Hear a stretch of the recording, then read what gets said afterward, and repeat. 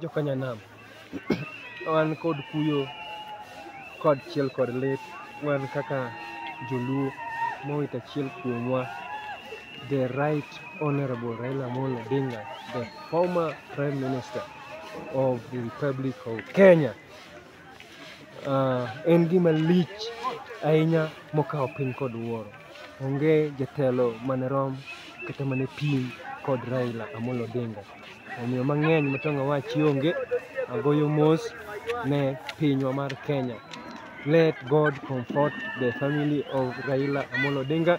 Let God comfort the Republic of Kenya. He was a leader with an unwavering spirit to defend the people of Kenya.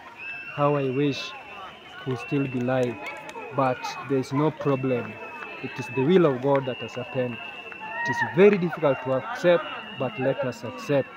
How I pray and wish all Kenyans a good time, even as we condole with our member who has just lost his life, and the whole family of the Right Honorable Raila Odinga.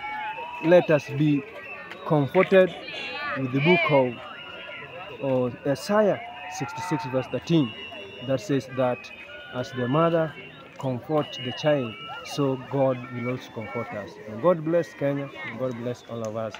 Be blessed.